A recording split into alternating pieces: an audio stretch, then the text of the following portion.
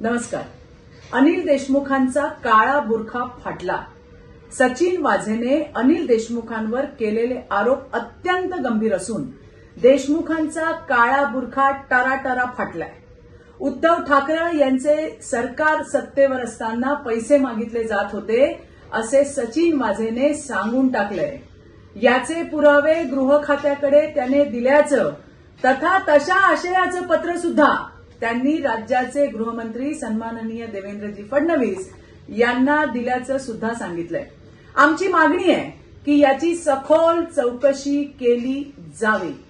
निलंबित असताना अनिल देशमुख यांनी पुन्हा नोकरीवर घेण्यासाठी आणि ते पैसे पवारांना देण्यासाठी 2 कोटी रुपये मागितले होते हे जनता विसरलेली नाही.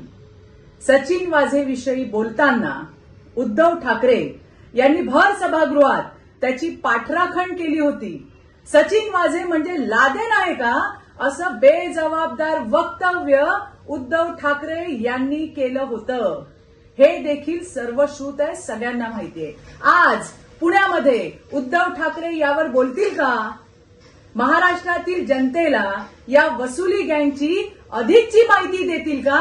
याची आम्ही वाट पाहतोय. धन्यवाद. जय हिंद, जय महाराष्ट्र. ठळक घडामोडींसाठी देशोन्नती न्यूज चॅनलला सबस्क्राईब करा आणि बेल आयकॉन प्रेस करा. मुंबई, पुणे, नागपूर, मराठवाडा असो का विदर्भ, राजकीय, सामाजिक, शैक्षणिक क्षेत्र असो का क्रीडा, सर्वच घडामोडीचे विश्लेषण पाहायला विसरू नका. फक्त देशोन्नती न्यूजवर.